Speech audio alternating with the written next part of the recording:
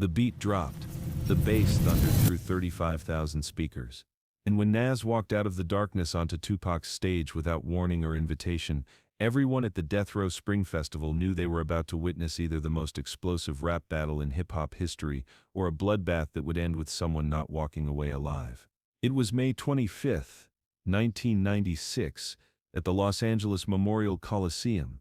What had started as Death Row Records' biggest party of the year was about to become ground zero for the most dangerous confrontation in East Coast-West Coast history. Hidden in the VIP section, wearing a hoodie pulled low over his face, Nasir Jones had been watching Tupac perform for the past hour, waiting for the perfect moment to settle their beef once and for all. The tension had been building for months. What started as subtle lyrical jabs had escalated into public disrespect, media interviews filled with threats, and street-level animosity that had both coasts choosing sides. Tonight, one of hip-hop's most dangerous feuds was about to explode in front of 35,000 witnesses. The evening had begun as pure West Coast celebration. Tupac was magnetic on stage. The crowd was electric, and Death Row was flexing its cultural dominance.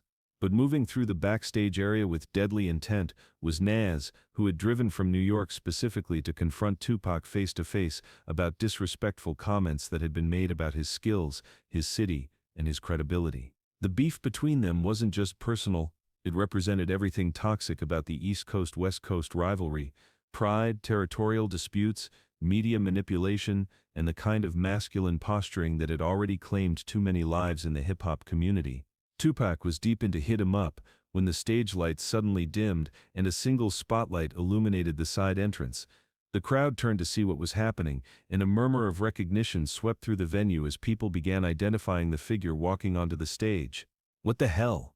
Tupac said into his microphone, his voice carrying a mixture of surprise and immediate hostility as he recognized who was approaching. Nas walked to center stage with the confident swagger of someone who had come to settle unfinished business.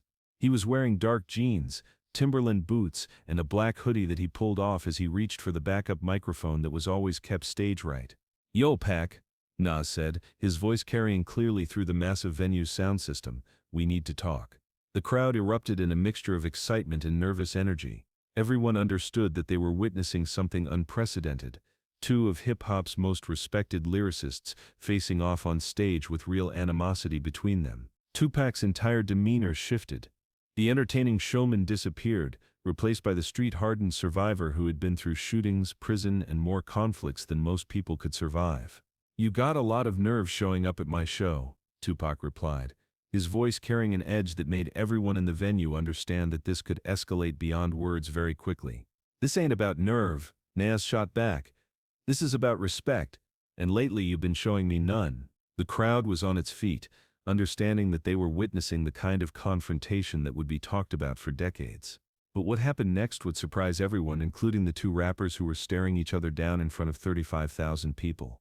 The stage lights brightened and SUGE Knight emerged from the wings, walking with the imposing presence that had made him one of the most feared figures in the music industry.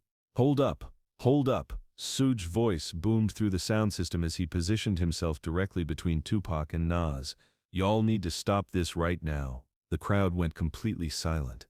SUGE Knight, the man who had built Death Row Records on intimidation and street credibility, was intervening in what could have been the most legendary rap battle in history. "SUGE, this ain't your business," Tupac said, clearly annoyed that his moment of confrontation was being interrupted. "Everything that happens on this stage is my business," SUGE replied firmly, "and I'm not going to let two of the most talented brothers in hip-hop destroy each other over some bullshit." Nas looked skeptical. "Bullshit? This man been disrespecting New York, disrespecting me, acting like West Coast is the only place that matters.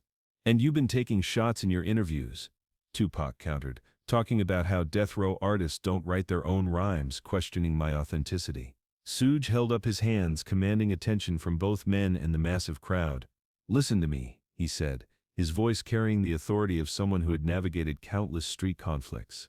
"Y'all are arguing about East Coast versus West Coast like geography matters more than talent." He turned to face the crowd directly. "These two men right here," he gestured to Tupac and Nas, "represent the absolute best of what hip-hop can be. Intelligent lyrics, authentic stories, voices that speak truth about struggle and survival. The crowd was hanging on every word, understanding that they were witnessing something more important than entertainment. But instead of celebrating that talent, instead of recognizing that hip-hop is big enough for multiple regions and styles, y'all letting the media and the haters turn you against each other. SUGE's words carried weight because everyone knew he had skin in the game. Death Row's success was partly built on West Coast pride and East Coast rivalry. "Pac," SUGE said, turning to face Tupac directly. "This man right here is one of the most gifted lyricists to ever touch a microphone. You know that. I know that. Everyone in this building knows that." Tupac's expression showed that he was listening, even though his defensive posture suggested he wasn't ready to back down completely. "Nas," SUGE continued, "this man right here has lived through more real-life drama and turned it into authentic music than almost anyone in this game. That's not West Coast bias talking. That's recognition of talent." The crowd was completely captivated by this unexpected mediation session happening on one of the biggest stages in Los Angeles. "Now here's what I'm seeing," SUGE said, addressing both men in the crowd. "I'm seeing two brothers who have more in common than they have differences, letting outside influences convince them they need to be enemies." He paused, letting his words sink in. "Both of y'all grew up in poverty. Both of y'all used hip-hop to escape situations that were trying to destroy you. Both of y'all make music that actually means something instead of just party tracks and meaningless flexing." The accuracy of his observations was undeniable to everyone present. But what SUGE said next would create the most powerful moment of the evening. "The real enemy ain't each other," he announced. "The real enemy is a music industry that wants to keep black artists fighting each other instead of building something that lasts." The crowd's response showed that his words were resonating beyond the immediate conflict. They want East Coast and West Coast beefing because it sells records and creates drama. But what happens when that drama turns deadly? What happens when we lose talented people to violence that didn't need to happen? The prophetic nature of his words, spoken just 4 months before Tupac's death, would make this moment even more significant in retrospect. "So here's what we're going to do," SUGE continued. "Instead of fighting, instead of wasting energy on beef that doesn't benefit anybody, these two are going to show 35,000 people what real hip-hop sounds like when talent collaborates instead of competing." The suggestion was so unexpected that it took a moment for the crowd to process what he was proposing. Tupac and Nas looked at each other, then at SUGE, clearly uncertain about this turn of events. "You want us to perform together?" Nas asked. "I want you to remind everyone why hip-hop matters," SUGE replied. "I want you to show that East Coast and West Coast can create something beautiful when they work together instead of tearing each other down." What happened next would be remembered as one of the most important moments in hip-hop history. Tupac walked over to Nas and extended his hand. "You know what?" Tupac said, his voice carrying clearly through the venue. "SUGE is right. We've been letting other people define our relationship instead of defining it ourselves." Nas looked at the extended hand, then out at the 35,000 people who were witnessing this moment. "Respect," Nas said, shaking Tupac's hand. "Real recognizes real." The crowd's response was unlike anything ever heard at the Memorial Coliseum. 35,000 people were on their feet, cheering not just for the avoidance of conflict, but for the demonstration of maturity and wisdom. But the most powerful moment was still coming. "What y'all want to hear?" Tupac asked the crowd. "Something that represents unity," someone shouted from the audience. Tupac and Nas looked at each other, and without discussion they began an impromptu version of "If I Ruled the World," with Tupac adding verses that dealt with West Coast experiences while Nas delivered his original East Coast perspective. The collaboration was immediate and seamless. Their styles, which had seemed incompatible during the beef, suddenly complemented each other perfectly. Tupac's passionate intensity balanced Nas's intellectual complexity, creating something that was greater than either artist could achieve alone. As they performed, something remarkable happened in the audience. People who had been choosing sides in the East Coast-West Coast rivalry began to understand that the real power came from appreciating different styles and perspectives rather than forcing competition between them. The performance lasted for almost 30 minutes, with both artists trading verses on multiple songs, each one bringing out different aspects of the other's talent. During Me Against the World, Nas added perspectives about growing up in Queens that paralleled Tupac's Oakland experiences, showing how similar struggles created different but equally valid artistic expressions. When they performed The World Is Yours, Tupac contributed verses about West Coast dreams and ambitions that harmonized perfectly with Nas's East Coast aspirations. But the most powerful collaboration came during an impromptu freestyle, where both artists addressed the beef directly, apologizing to their fans for letting personal conflicts overshadow the music and committing to supporting each other's work going forward. "I want everyone here to understand something," Tupac said during a break between songs. "What happened tonight is what hip-hop is supposed to be about. Growth, understanding, using our differences to create something stronger." Nas nodded in agreement. "We let pride and outside influences turn us into enemies when we should have been allies from the beginning." The crowd's response was emotional and overwhelming. Many people were crying, understanding that they had witnessed something historically significant. When the performance finally ended, SUGE Knight returned to the stage. "Y'all just witnessed something that the music industry didn't want to happen," he announced. "You saw two great artists choose respect over rivalry, collaboration over competition." He paused, looking out at the massive crowd. "This is what hip-hop looks like when it's about the music instead of the drama."